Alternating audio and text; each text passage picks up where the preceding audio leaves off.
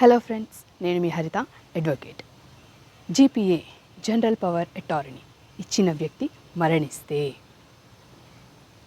ఎవరైతే జీపీఏ తీసుకున్నారో జీపీఏ ఇచ్చిన వ్యక్తి మరణించిన తర్వాత కూడా ఏదైనా ఒక ట్రాన్సాక్షన్స్ చెల్లుబాటు అవుతుందా అంటే, జీపీఏ జనరల్ పవర్ అటార్నీ అంటే ఏంటి? మన యొక్క బాధ్యతలను, విధులను మరొక వ్యక్తికి డాక్యుమెంట్ రూపంలో అందించడాన్ని జీపీఏ అంటారు.